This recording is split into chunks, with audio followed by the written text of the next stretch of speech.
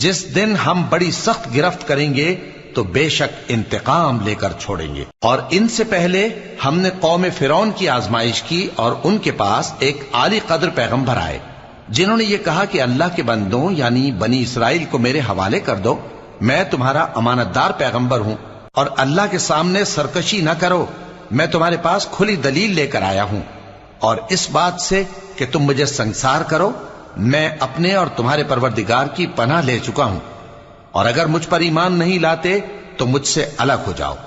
تب موسیٰ نے اپنے پروردگار سے دعا کی کہ یہ نافرمان لوگ ہیں۔ اللہ نے فرمایا کہ اچھا،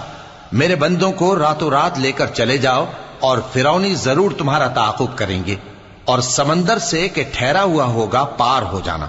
تمہارے بعد وہ پورا لشکر ڈبو دیا جائے گا۔ وہ لوگ بہت سے باغ اور چشمے چھوڑ گئے، اور کھیتیاں اور نفیس مکان اور آرام